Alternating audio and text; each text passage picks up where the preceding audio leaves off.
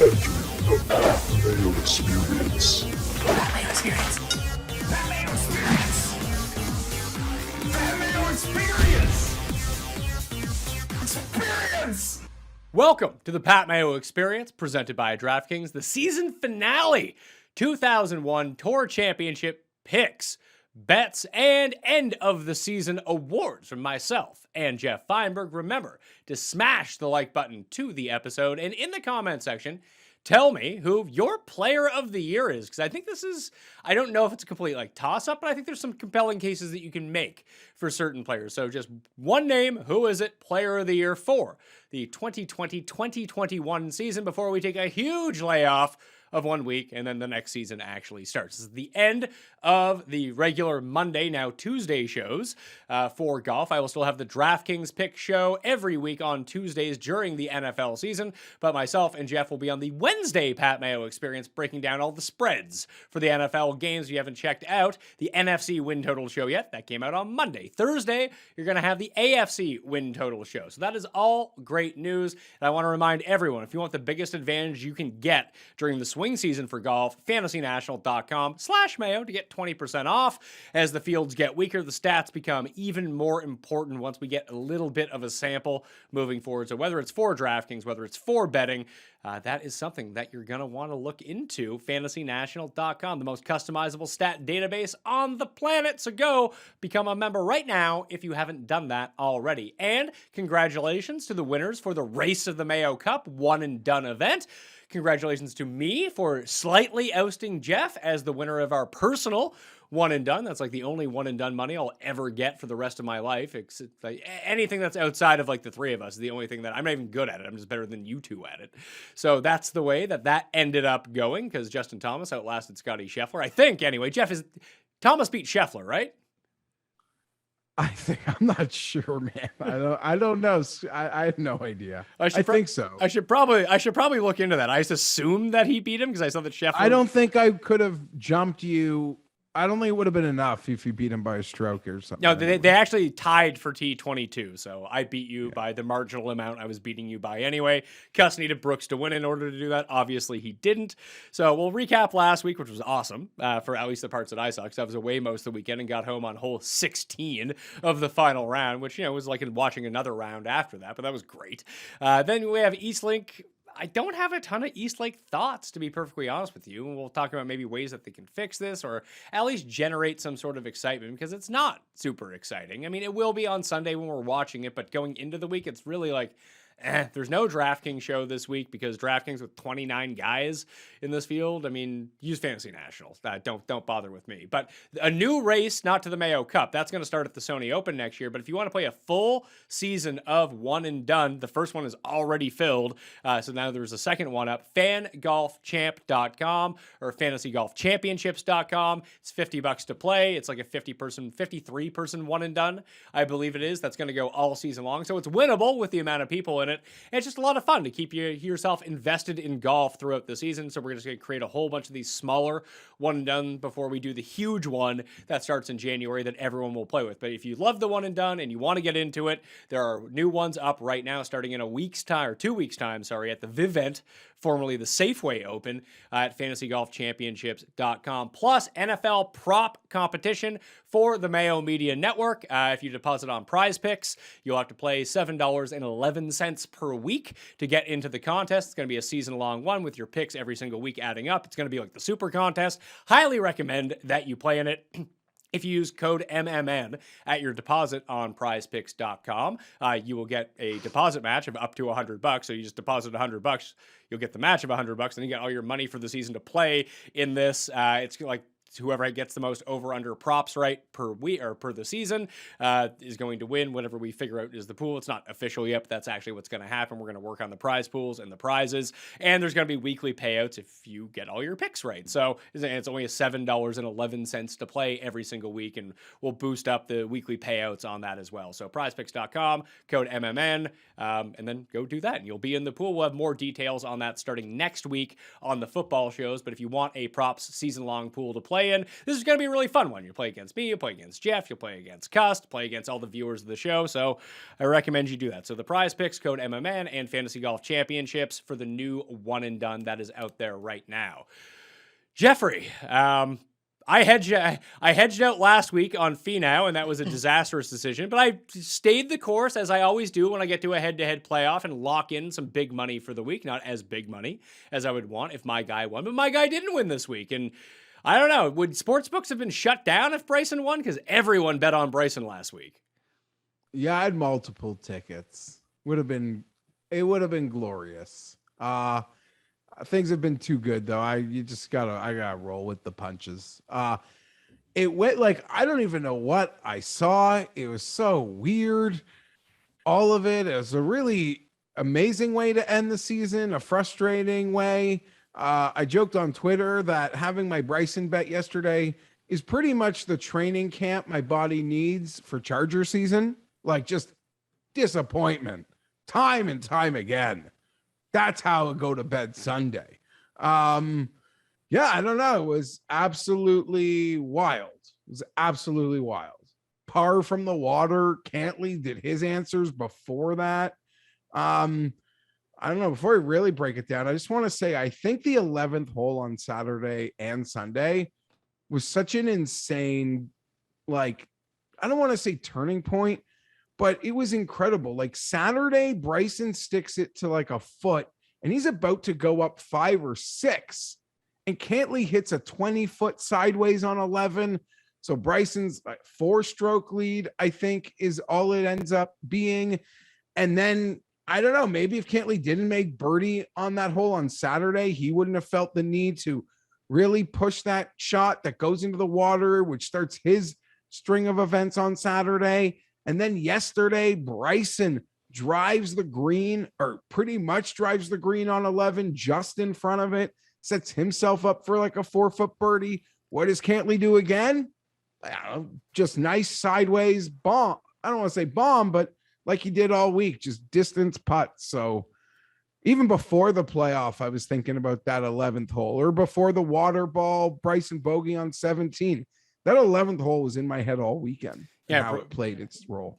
Bryson made the same chip that I would make on the 17th hole on Sunday somehow, which I was not expecting, because that would have locked up. It would have locked up the tournament. But I mean, Bryson played as well as he could play, and Cantley gained the most strokes ever putting in a tournament. So what are we gonna do? Nothing. No, the guy made them all. He made them even on 18. Yeah, I guess saving the bogey was insane. A huge moment for Cantley, because Bryson went in the water. Yeah, Bryson went in the water there the day before, and he made double. He couldn't make the bogey save from the drop zone. Well, so and it's funny because Bryson basically did the exact same thing in the 4th playoff hole when he finally went in the water, then saved par. Yeah, that was incredible. And Cantley's chip to like I don't know, even before Bryson missed the putts, it felt like Cantley did something extraordinary every time. You know, I guess a lot will be made about what happens to Bryson from here, but he's amazing. He got nipped by, like you said, like people want to invoke yesterday as some sort of indicator about Bryson's fortitude on any level is ridiculous. He wins that tournament 99.9 times in the history of golf. Lost it yesterday, like our bets. Yeah, listen, Cantley played great. I don't want to take anything away from Cantley, but to say that like Bryson gagged it, I mean, there are certain times where you could say that. But he won who shot 6 under in the final pairing with Cantley, who also shot 6 under. They both played great the entire week. Like, I would be encouraged if I mean, it sucks that if you bet on Bryson, you didn't win, but as like the overall prospects of Bryson, like this wasn't like it was at the US Open or it was at Memphis where he kind of melted down on Sunday. This wasn't a meltdown. He played great. Cantley played better. Kudos to Cantley. Yeah, kudos to Cantley. And hey, there were a lot of people, Pat, who had both of them. Me and you had Rory, right, to supplement Bryson. Yeah. And I gotta say, for as attractive as last week's odds betting board was, I think I even made note. Well, no, I didn't, not on your show because we recorded Monday, and wow, you were bang on some of the numbers we were going to get. Not that it matters. But I thought Cantley, in sort of breaking down that odds board through Monday or Tuesday and Wednesday, even on the drop, he was the only player who I felt didn't get like a great bump, if that makes any sense. Like we got Bryson into the 30s, got Rory into the high 20s, like a lot of players in and around Cantley that you might even consider are better than Cantley got nice odds jumps. And he didn't. And it's not like he played outstanding in the Northern Trust. So yeah, he was on a short list for me, but I took Rory at 28 instead of Cantley at 25, and I didn't really regret it. And I would have hated myself on Thursday, but hey, that's them breaks. Cantley even par through his front nine Thursday too. So I'm just looking at it right now, like the overall leaderboard going in. Anything else you want to say about the BMW? Shout out to EVR, who played himself into Eastlake. That's huge for him. Yeah, that was fun. Sergio. Sort of track. Oh, Swafford bogey doubles 18 to make me have to split a T20 that I had a 9-1 T20 Hudson Swaff daddy on. And even his Sunday falling off the pace hurt me because I was 100% Swaff daddy, and I'm not a bit like hardened DFS guy, but it was all there. Low 9,000s and Swaff daddy.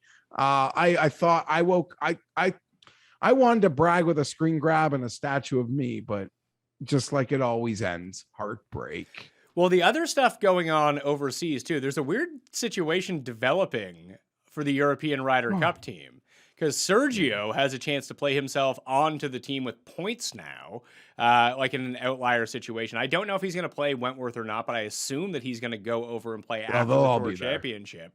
But now there's a situation where it's both Wiesberger and Guido can play themselves onto the team with European Cup points to bump Rory off the team, because off of the European points list, because that's where Rory is right now, is number 4. And then all of a sudden Rory would be like number 1 in the world points. So he's in no danger of missing the team. But if one of those two guys gets a European point spot, Lowry falls out from the World Cup points, putting him back on like the captain's pick spot where he probably would end up being. Like, We've long debated like the European Ryder Cup side, where everyone just thinks that they're going to roll with Rose and Sergio and Poulter if those guys want to do it. That's what they're going to do to run everything back. Patty's just going to give it to those guys. I don't know what the answer to that is. I still think that Bobby Mack has made a nice enough run that he probably at least deserves consideration to be on that. But all of a sudden we could be looking at Wiesberger or Guido on this team because they're just on it. Yeah, that could happen. There's only one spot available though, in my opinion, because Poulter and Sergio are on the team. And if someone bumps them their way out, like if Guido wins and bumps out Lowry, then Guido gets the spot that would have been Rose's or maybe Bobby's. But Bobby hasn't been playing that great on Corn Ferry. You could argue Noren had played better than Bobby. That would have been interesting. Had Noren made Eastlake, like you really wouldn't take a guy that just made Eastlake? I don't know. I feel like the Noren to the Euro Ryder Cup team is like the Kisner to the US Ryder Cup team. It's like, oh, guy had 3 good tournaments in 2 years. He's on the Ryder Cup team. No, I don't know, but it was just nobody did their goddamn job is just the point that I've been making for a month there. No one did their job. So that leaves Noren lingering had he gone to Eastlake. And Noren's going to go to Wentworth, and he's won at Wentworth. Yeah, so maybe he can. And I say this again. I made one Italian Open bet. It's on Cesco. He's at 50-1. He wins this week? What do you do then? Yeah, I just think that he's been off golf for so long that I know that he was. Sure, but you part him with Tommy, and you say, give me 3 sessions, Tommy Wood. See what you got. Yeah, I don't know. No one did their job. No one did their job. We have this cavalcade of fight on America because they can overwhelm them and they have the depth of talent, but nobody made a fight. There's no European Sam Burns. No one did anything. So we're just left with this. It's where we are. No one made Potty. No one forced Potty's hand. No one. Sergio might be the only guy who's like forcing the issue. He's on anyway. He's on anyway. The Euros are currently plus 180 on DraftKings Sportsbook. And I can see that once the teams are released and people start stacking up the teams next to each other, that might go to like 2-1.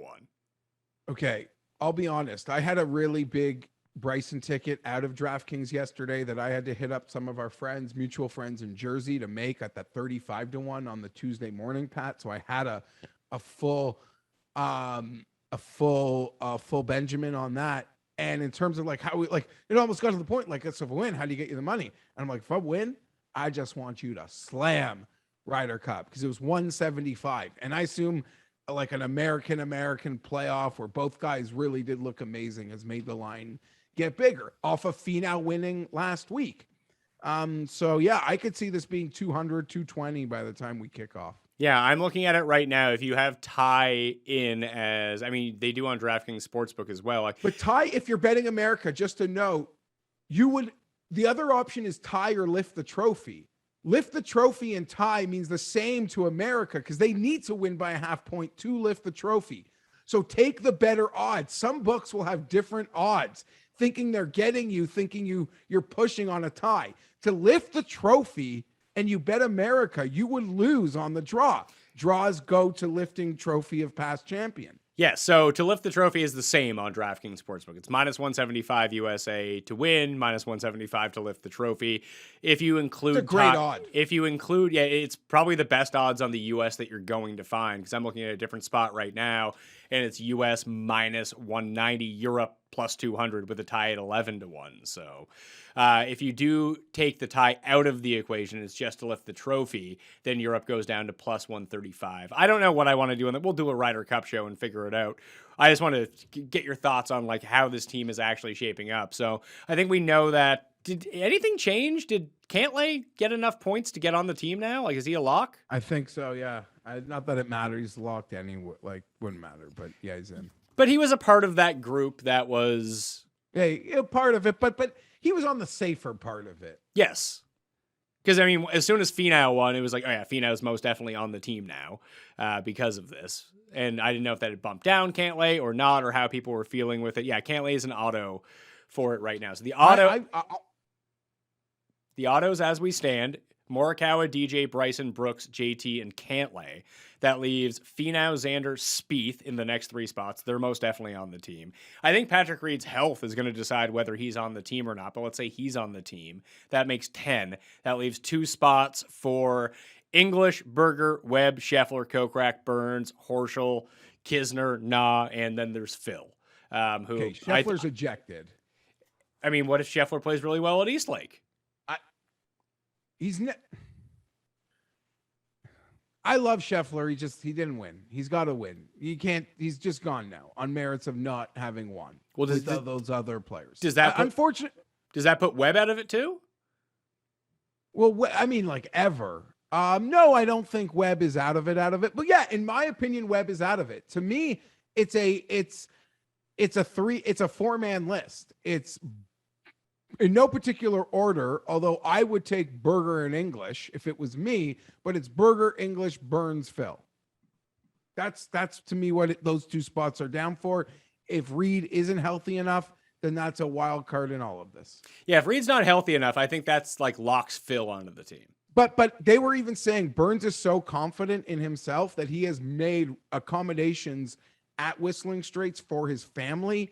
I think a little too much might be made of that because I also believe like it's the same way as saying they send these guys out like a package. Like the top 25 guys get a package. Book your hotel. You'll be reimbursed because someone else's families will want them. They're not like worried about that. In the same way they've all sent their shirt sizes and pant sizes and belt sizes and all that stuff.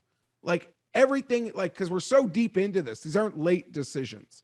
But yeah, Burns they said on the broadcast, he's booked his accommodations. In fairness, family. In fairness, I think that Ricky has probably booked accommodations too. Yeah, no, I mean, like Billy Horschel might have a comment. Like just like I booked them. If I have to cancel, I'll sell them to someone else's someone else's family the USGA will hand them to someone else's family and not bill me. I think it's a very simple thing. They're like, do you want to reserve some places? Yes. Okay. It's part of the early pre-Ryder Cup official pick questionnaire that I assume they all get. And props to Burns, as I've said for a couple weeks now.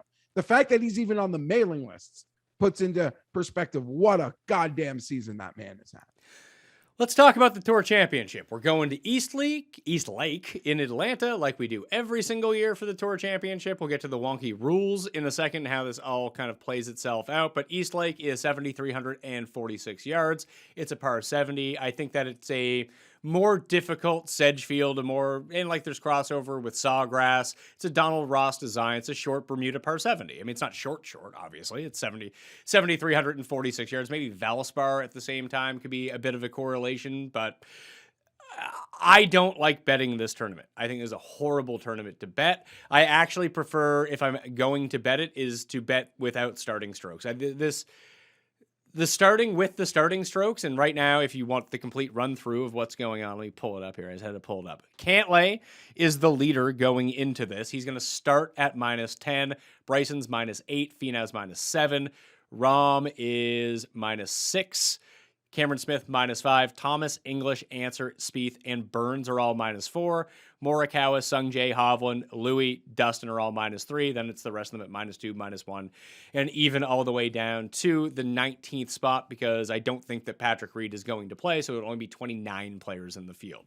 So here's the problem. If you bet it with strokes, here's what we're looking at right now in terms of odds. Jon Rahm is the favorite at +350. Cantlay's 4-1. Bryson's 5.5-1. Finau is 7-1. Thomas 14, Spieth 18, DJ 20, Xander and Rory 25, Cameron Smith 28.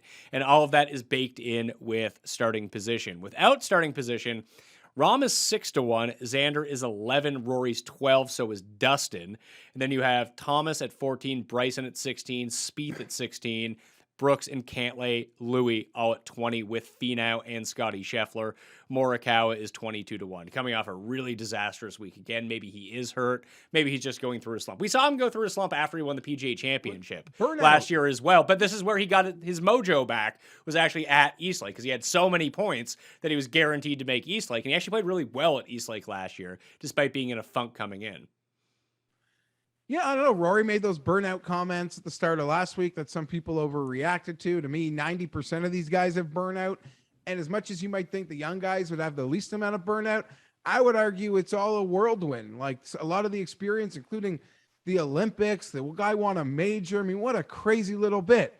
So, I think burnout. I'm not really thinking injury, but maybe he's not, a lot of these guys are probably battling something. Hopefully he can get nice and rested. And the great part about him, other than like a Hovland, is he can be a passenger at the Ryder Cup and it won't affect the team. Victor can't. Back to this board, Pat. I believe everything you said. Last week was our last true pre-tournament sweat.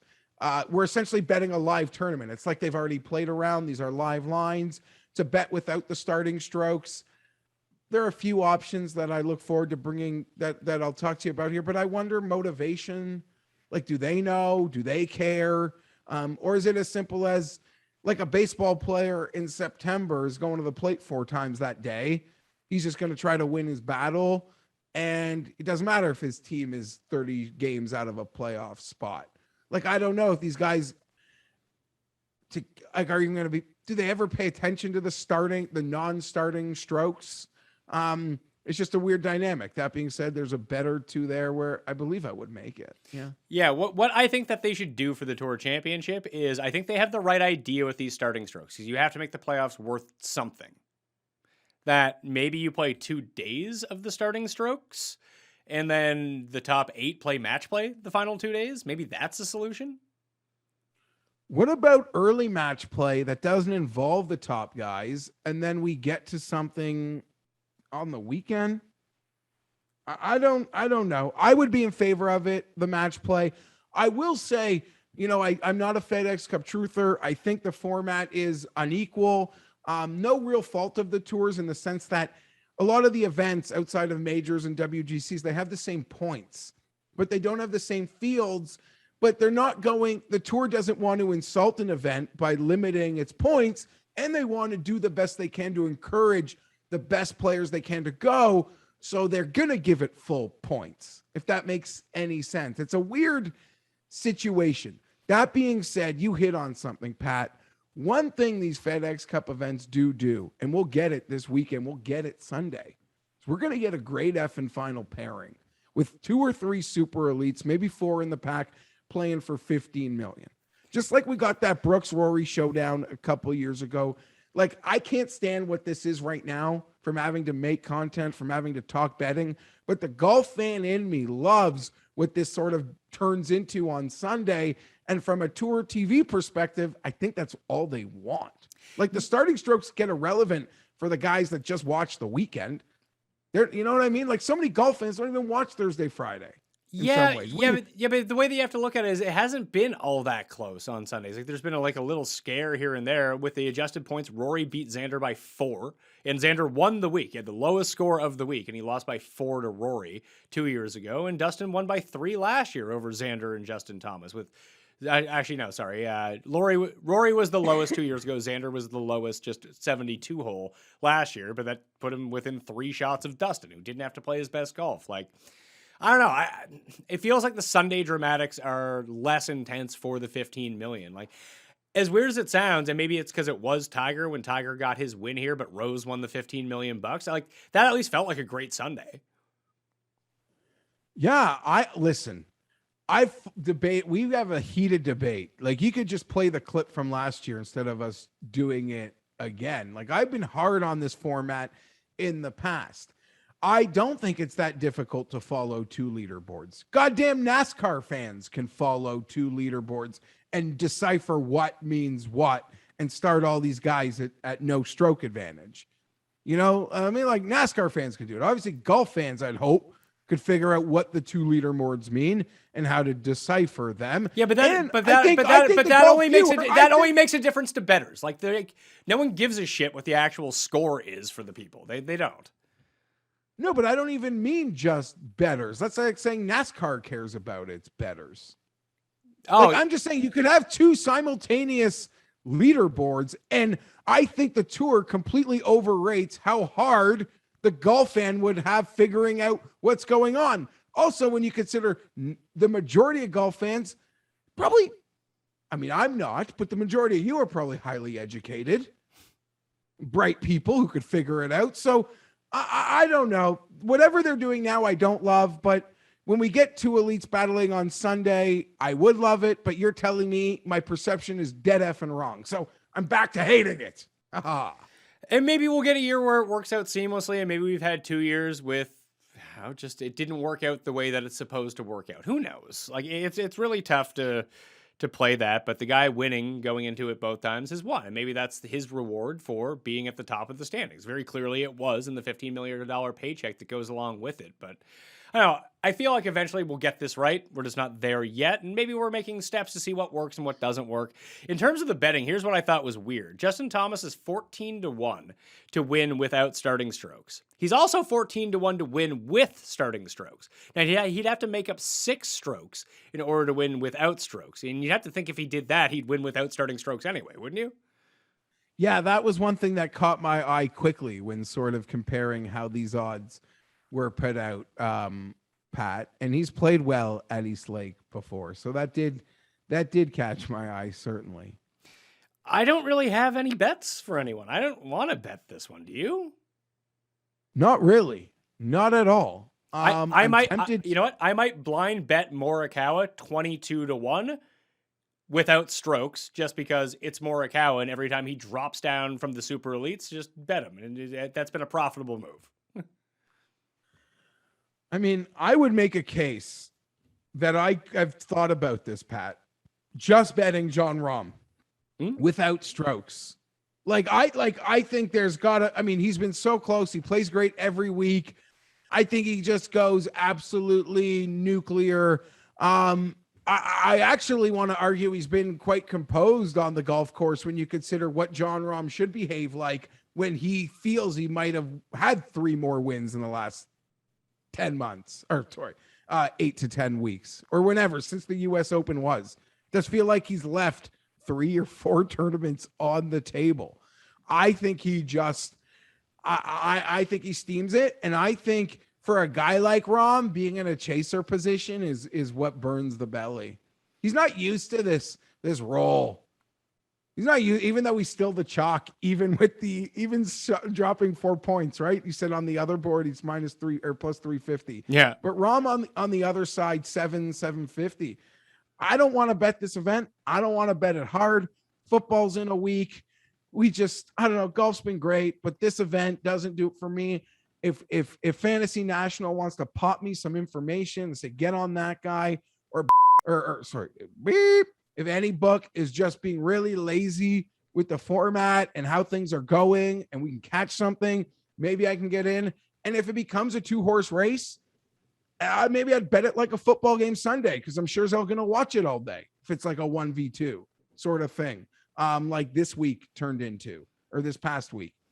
But I can't commit. The only thing I'm dumb enough to think I need to bet is Hovland with starting strokes, because I always like betting him to win by multiple strokes.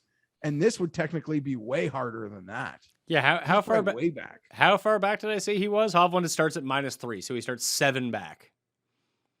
Like Sung Jae is someone who's playing better, that plays these types of courses really well. But even to bet him without starting strokes, where's Sung Jae? 35-1. Like that's potentially doable. 35-1 without starting strokes for Sung Jae.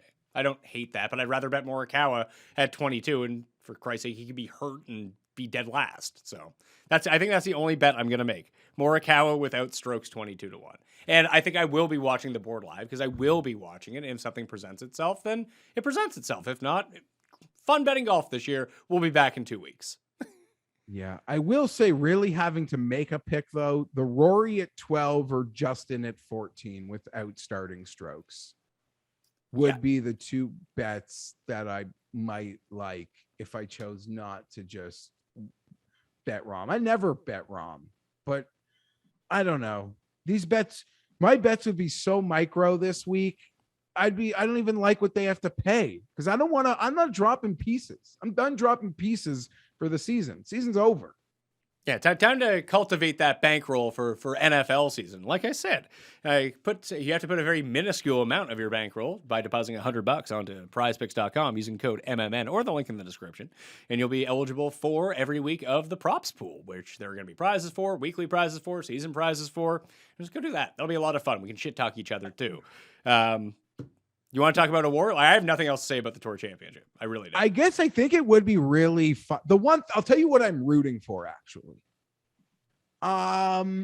Rooting for like Finau to win this and win 15 million, and it just be this really, I don't know, be like, okay, so I guess he can win now and then win again. Because he's right there, right? He's 3 or 4 back. Yeah, he's 4 back, 3 back. 3, I think, because he's in 3rd. Yeah, he's 3 back. He starts 3 back of Cantlay. I mean, I don't want to bet him 7-1 with starting strokes. But that would be the most feel good thing for me, looking at the guys at the top. And I mean, realistically to you, how many guys would you put realistic win equity, forgetting odds, that can actually win this with the strokes? 12? I would say that anyone starts like -4, and I think you'd have to be at least -4 of where you start. So that range of like Burns, Spieth, Answer, English, and Thomas, I think you could get a winner from there potentially. They'd have to play out of their minds though. And you have like English and Answer at 28 with the starting strokes. And I don't want to do it. And Burns is 40-1. Maybe he just gets hot on the greens. We're back on Bermuda. It's a shorter course. Imagine how you would feel, Pat, if it was like, let's say you didn't make any bets on a golf tournament, and you're traveling and you get home and you didn't bet the tournament, and you check the scoreboard and the odds board on Thursday night, which is essentially what this board will feel like. And you're like, yeah, I don't mind that guy, but holy shit, he has to pass Rahm and Cantlay and like these 7 guys are like, yeah, even at 28-1, I don't care about English or Answer having to pass those 7 guys. I don't care. Yeah, I don't care. But Burns at 40, intriguing, but what is he without? That's not bad, actually. Like that's just the best. That's just the best odds out of those guys. And then then he clinches a Ryder Cup spot if he wins and everything like that. But he's so 30. Cool but here's the thing: he's 35-1 to win without starting strokes. So that's a better bet. I agree. He's so cool and confident right now. Almost just for fun, I could bet Sam Burns. I'm so into him right now, like a lot of people are. Yeah. All right. Let's do some awards for the year. I want to start with Player of the Year. Who is your player of the year? Because I think I can give you the short list of guys who I think are on that. And I think they all have weirdly compelling cases. Like you have Rahm, who I think would win the award as best player this year. It seemed like he was involved in everything every single week. And just somehow he was the betting favorite every single time. Cantlay won the most, but he won the Zozo, he won a playoff event, and he won Memorial. Morikawa won twice, but he won a WGC and a major. And he was less consistent, but his highs were higher than anyone else's. Kokrak wins twice, it's not going to be him. I think it's a three-way race between Rahm, Cantlay, and Colin Morikawa. I think those are the three. Am I missing anyone? I don't think so. I don't think there's a case to be made for anyone else, Pat. It's really it's a tough call. I'm gonna lean Morikawa. The WGC and the major really do a lot for me. I absolutely adore. I've bet on Cantlay for 3 of his 5 wins now. Shriners second Memorial, which was this year, and the Zozo at the Zozo. This field was strong, but that was like supposed to be a Japanese swing season event. Like, so you lose half a point, like almost 2/3. Like, did he win 3 events or did he win like 2.2 events? Yeah. But the weird thing is that field was probably better than the Memorial field. No, that field was really good because guys stayed and guys hadn't been playing a lot. So it got a great field. So it's just weird. And in my mind, I sort of quantify the year as Christmas and beyond. And then, so there's that win. And then the Memorial, I'm saying, well, if like a win's worth a whole point, that's worth like 0.2 of a point. Yeah, I fucked up. So it's like, I was barely listening to the broadcast. Like I was taking care of the kids and getting them ready for bed. And out of the corner of my ear, Azinger was talking about Cantlay and his big wins. And all I heard was, and then he ran down Rahm for the win. And I was like, is he really saying that he ran down Rahm at Memorial? And then I tweeted it out. And then I was like, no, he was talking about Zozo. I was like, oh, I'm the idiot now. So I should probably just keep my mouth shut about these things. But that's something. And I love Cantlay. Like Cantlay on a Sunday, like for what we think about a Patrick, like just in terms of, I don't remember the Shriner. I actually remember his Shriner win was convincing, but the Mahoney wins of having to run down a Rami out of Zozo, forgetting the Rahm withdrawal, he had to outduel Colin Morikawa for that Memorial. He had to battle yesterday in a strong field. So he's got this great track record. I even tweeted it Saturday, like this guy, he does not relent one bit. This is what it comes down to for me, though. He lost in a playoff to Morikawa at the Memorial. And I'm not trying to glad hand the playoff loss. He beat Morikawa. Sorry, yeah. Sorry, he beat. I'm sorry. I'm trying to make my case for Morikawa getting it. The case is Morikawa won a major. Yeah, no, and I'm saying one of the events that Cantlay was relatively I don't need to make a case. Cantlay was uncompetitive in the majors, essentially. The WGC and the major is worth more than Cantlay's 2, in my opinion, and then Cantlay's extra little point smidgen of the Memorial. Morikawa lost in a multi-hole playoff too. So by a nose or not, it's for me. It's Colin Morikawa. But like you said, if I've never watched golf before, someone could easily talk me into Cantlay, or you could tell me, Fienberg, you got to come on this show and debate Cantlay. I could convince someone it should be Cantlay. No, easy. I could do it easy, but I'm picking Morikawa. I think Cantlay's third. I think Morikawa's just overall wins are better than Cantlay's, and so much is just predicated on major performance throughout the course of the year. Those are the important tournaments, and Cantlay, I think his best finish was T15 at the U.S. Open. He missed the cut at the Open Championship. He missed the cut at the Masters. He missed the cut at the Players, and he went through a rough stretch earlier in the season too. And I think he was like the odds-on favorite to win at Pebble, and he ended up coming like 5th or something like that when Berger, Spieth, and nasty Nate Lashley kind of got to him, because he had that huge Sunday the weekend before when Si Woo won at the American Express. He was like 12 under on Sunday to come all the way back and finish in a tie with Finau for second. But you could just blindly give it to Rahm, I think. You really could. But like here are Rahm's results this season. So since last year, T23, T17, 2nd, 7th, 7th, 7th, 13th, 5th, 32nd, 9th, 5th, miscut, 34th, 8th, 1st, 3rd, 3rd, 9th. It's a hell of a run. You could. I wouldn't debate any of it. You want to give the player of the year to the best player on the planet? It's sort of like in some ways, Pat, where, yeah, someone might win the MVP, but everyone's like, no, LeBron or Jordan were actually the best players. You can spread that thing around if you want to. Yeah, I could debate it for Rom too. Did Rom miss the PGA Championship? No, he didn't. So he was 3rd at the Open, 1st at the U.S. Open, 8th at the PGA Championship, 9th at the Players, and 5th at the Masters. So and he's going to win the $15 million. I mean, that will. We're doing this before. Like, if you win the U.S. Open, have a top 10 at all 4 majors and the Players, and you win the Tour Championship, that locks him into Player of the Year, obviously. Okay, I'm going to give him Player of the Year. I actually think he's going to win this week. Starting strokes, not starting strokes. He's going to do whatever it was. Who did it a couple years ago? They won every format. Okay, so I would say as of today, Morikawa is my Player of the Year. Rahm has been by far the best player, but he probably needs to win the Tour Championship to actually win that award. But if Cantlay wins the Tour Championship, what does that mean? Yeah, he wins. Okay. It would give him 2. It would give him 2 more wins than anyone else this year or this season. Yeah, good for him. Okay, what are the other random awards that I got here? I have the Michael Kim Award for best performance by a shitty player.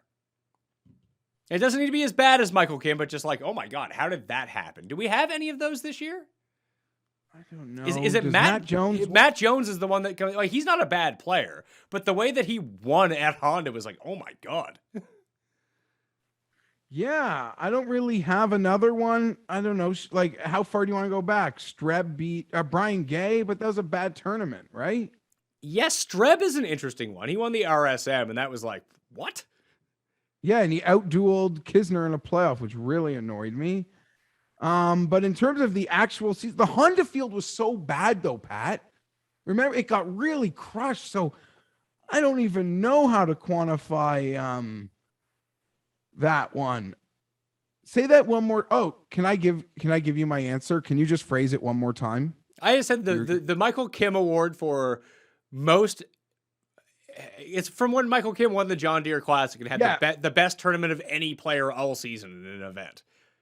Okay, so the worst player who won an event? No, it's not the worst player who won an event. It was like the most dominating performance by a player who we just don't consider to be all that good. Okay, this is easy. And it can fill a lot of boxes. It's Phil Mickelson at the PGA Championship. That's interesting. I think we're in a Truman Show simulation. This guy's winning Kiowa Island. Like, okay, what else can you control? I'm just Michael Kim Award winner in 2021. It's Phil Mickelson, man. Yeah, I think that it is. I'm just like, because all the other winners are. I mean, KH Lee killed it at Byron Nelson. Horrible field, but he crushed everyone. Okay, fine. Honorable KH Lee. I'd say Matt Jones is a part of that as well. Maybe the worst field ever. Yeah, but I mean, it's not. Yeah. Michael Kim won the John Deere Classic. Like, it's not like he went out and beat luminaries. You're right. Sorry, to the ward of its extent, you're absolutely right. My first instinct was Matt Jones when sort of scrolling through the winners. KH Lee makes perfect sense. Phil Mickelson probably had longer odds than all of them. Martin Laird outdueled my poor Matthew Wolff at Shriners in that playoff. That was devastating. Yeah, that up and down was like thoughts I was thinking about for shots of the year. That Martin Laird up and down. Yeah, on 17 behind that tree. It's like, oh my God, he made it. This is not good. Who's the rookie of the year? Is it Zalatoris or is it Higo?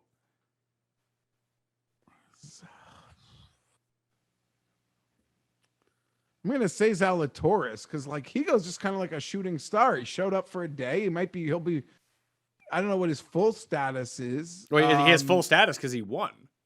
No, I mean, I don't know what sort of schedule, is he totally, I assume he's totally going to abandon European Tour next year, outside of a couple events that he wants to go play. I'm going to give it Zalatoris, but that could be a cop-out. Could be a cop-out. Who are the other good rookies? I'm just trying to think.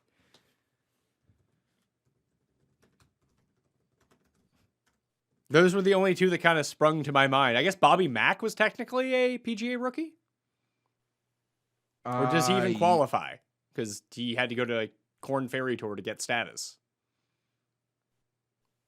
I'm honestly not sure. Yeah, I'm this honestly isn't not a sure. great one for us. Yeah, I'll pull it up. It's here. honestly been, but a couple years, it's been kind of like an easy one and a fun one. This one didn't really have that. Willie Z for sure stole some of the show there. Yeah, Zalatoris, Higo, Bobby Mack, Victor Perez, Justin Suh, my guy, really let me down in the season-long draft. Guido, Herbert, Aaron Rye, Pendrith, Batia, Tigala, Antoine Rosners, Dietrich. Like, it's all like guys who are good on the European tour who decided to play over in America, and then Zalatoris. It's Zalatoris. Okay. Who's the best player who didn't win? I mean, that's not just for the season, right? That's a bigger label, or how do we want to call this? For the season, like who was the best player who Then it's didn't? Dustin John. But Well, Dustin won the Masters. I mean, Xander got that Olympics, which, that field strength. Yeah, but he won. Yeah, JT got his players. Rory got Quail Hollow. Brooks even found waste management even in less starts than most. Louis? Like, I don't know who. I think it's Louis. I think Louis had the best year without winning. Who's the shortest odds that never won? I mean, Scheffler could be that player though, Pat. But Scheffler Louis was better than Scheffler was. You're right. Well, then we can spring this into who's the best player in the world without a win you respect? Like, do we count Fleetwood's and Fitzpatrick wins? Because if we do, then it's Scheffler. You mean best player who's never won before? I don't know. I guess is that what you're saying? Answer and Finau winning have sort of taken the cover off of some guys. Like, shrapnel's there to get hit on new people. So who are they, I guess? Yeah, Scheffler. I do think that Fitzpatrick and Tommy winning worldwide and winning multiple times worldwide doesn't really keep the heat on them at all. Like, I feel like people know that they have won. They just haven't won on the PGA Tour. It's like Louis hasn't won in America. Like, no one really cares. He won the British Open. Yeah, no, I agree. And Scheffler, it feels like I don't want to throw any stones on Scheffler. He's just so good and still so young to think but he's got himself that label. He might have himself that label, Pat. Got him. Maybe. I would like to give a special shout out to Stuart Sink this year for this season for winning twice. That was him and Kokrak. Just kind of, not that Kokrak wasn't good enough. He just put it together all at the right time. Who was your favorite scrub this year? Just that you enjoyed rooting for. I guess I got caught in a bit of a Taylor Gooch orbit this year. I thoroughly enjoyed Vince Whaley for like 5 weeks in a row. That was a fun one. Yeah. I guess Taylor Gooch would have to be a scrub that I found myself committed to often. Yeah. I'm trying to think of who else I just really enjoyed from like the bottom of the pricing. I got back on Kadira for a while. That was fun. Yeah. He had 4 top 20s in a row at one point. All right, last they one. were right. I don't know. This is a great award show. This is the last one, and I think this is going to be the most fun one. What is the best moment of the year? Because I think there's a clear winner, but we can debate some of the other ones that personally mean a lot to us. So I think that if we're going to take a poll or people vote on what the best moment of the year is or even best scene of the year, it's Phil winning the PGA Championship and getting mobbed walking down 18. That's the moment of the year. Yeah, agreed. But not for me. I think that Homa missing that putt on 18 at Riviera triggered like some of the most watchable like 40 minutes in golf. But was that any different than Adam Scott's miss a couple weeks ago? Yeah, it felt like a bigger deal than the Wyndham Championship. Because it let Finau back into it. Then Finau was going to win, and Homo's up against the tree, and then Homa ended up making par anyway, and then he ended up winning the tournament. Like, the odds swing from that event was just outrageous. Yeah, that was a great moment. I don't know. I'm like going to be super corny and maybe generic or even cliche. Like Hideki winning the Masters and the caddy bow, like that's going to live. Phil's going to live. Rahm, I believe Rahm is like this. No one's calling it I would say the 2 putts, 17 and 18 putts for Rahm is a is up there. Yeah, not only that, I mean, even there was a debate post those two majors, like which major was more memorable or exciting. And for me, it was the unpopular decision, but I picked the US Open because like going to that back nine with Brooks and Rory and Morikawa and Bryson and Rahm and Louis, like that was crazy. Like no one knew how that was going to end, and Rahm had to hit those putts. So I had a lot of fun with all that. What an amazing year of majors, but yeah, I mean the scene is Phil. The scene is Phil. The one history will take Phil with it, and it'll take Hideki with it. And in all honesty, Rahm, if he's half as good as I believe he is, being his first, that's gonna be one that we'll remember for forever. I don't think we've ever been left with a major season as memorable in some ways, like lasting memory of all of them. It's true for special reasons in its own right. Rahm, we're gonna see Arrow, Hideki. For me and you, Pat, and a lot of people who have been along the ride for us and have joined up at any point, anyone in and around our age, like Hideki has been as a part of this game that we've talked about and felt like than anybody. Like, if you know what I mean, kind of. So, you know, in all those years and those smaller booths, betting him to win majors at like 20 or whatever, it was great. It was great. I got so many good feelings even thinking about all three of those majors. And like, don't forget Morikawa, but yeah, well, the Morikawa one was just he has made every 10-foot putt, and it never felt like it ever got away from him once Sunday came along and Louis didn't play well out of the gate, and then Spieth made those bogeys. Like, there has to be something with Spieth, because like the two biggest storylines, like who do you think the two biggest stars right now in terms of attention are on the tour? Because I think it's Spieth and I think it's Bryson. I don't think it's close. I would agree. Those guys agree. Doing anything just seems to generate reaction, good or bad, whatever. But those two guys can get attention, and it's been all good with Spieth so far this season. Like him winning, I think was a really cool moment. Just to say he came all the way back, he finally won. It was a bit of a nothing tournament, but he won it. No, it felt great, and his play all year, it's great. It's great to see him back. I only don't cheer for him in majors. I can't do a recap in my mind without bringing this up to you, because I have two things in my notes, and it feels like forever ago, Burgers, but people losing their mind when Reed cheated at Torrey Pines and won. Like, oh yeah, that's forgotten. I did forget. And Tiger, I don't want to say Tiger not dying, but you know, Tiger. So those were two early season moments that feel forever ago, but they've held with me the whole time. Yeah, the JT's drive on the 72nd hole at the Players, that low right to left 3-wood like hook around the water that stayed out for him to win the Players was pretty awesome. Bryson making eagle on 16 to get himself back into it. Then we had the entire Florida Lee Westwood run when he could have won 3 times. Yeah, the Florida Lee, and I guess for images, the Bryson drive. Yeah, the like Bryson drive at Bay Hill. Yeah, that's probably a top image as well. And before we get out, does the fact that no one how do I put this? Does Justin Thomas just get free passes because no one cares? Like, yes, he has one major and he wins a lot, but we never be like, Justin Thomas hasn't won a major since 2017, Pat. It's been a lot of majors for a player that's number one in the world, does a lot. I don't even know where he's been contending in majors, but he's so forgettable. Like, I don't want to say forgettable, but I don't know. He's so, no one gives a shit that like, we don't even talk about it in that respect. Well, I think that's where he wants to be, because look how much like heat Rory gets for not having won a major recently. He hasn't won since 2014. But winning the Players, winning a Tour Championship, Justin Thomas has done both those things too. So he's sort of like less memorable Rory, and it really worked to his advantage earlier this year when he got caught dropping homophobic slurs on the course, and then everyone just kind of forgot about it 2 weeks ago because no one cared about Justin Thomas. And I believe he'll be kitted up in a nice RLX Ralph Lauren in Whistling Straits. So maybe we can. Oh, they got him back on the team.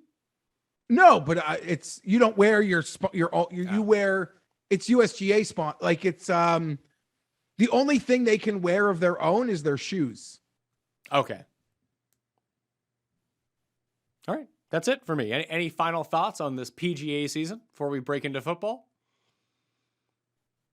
No, I don't know. They all feel what a crazy way to end it, I don't know. Bryson Brooks Ryder Cup. Is it just it's old news because US romps him? That's my prediction. Yeah, who is the Webb Simpson of this year? Is it Harris English or Kokrak? Or Stuart Sink, I suppose?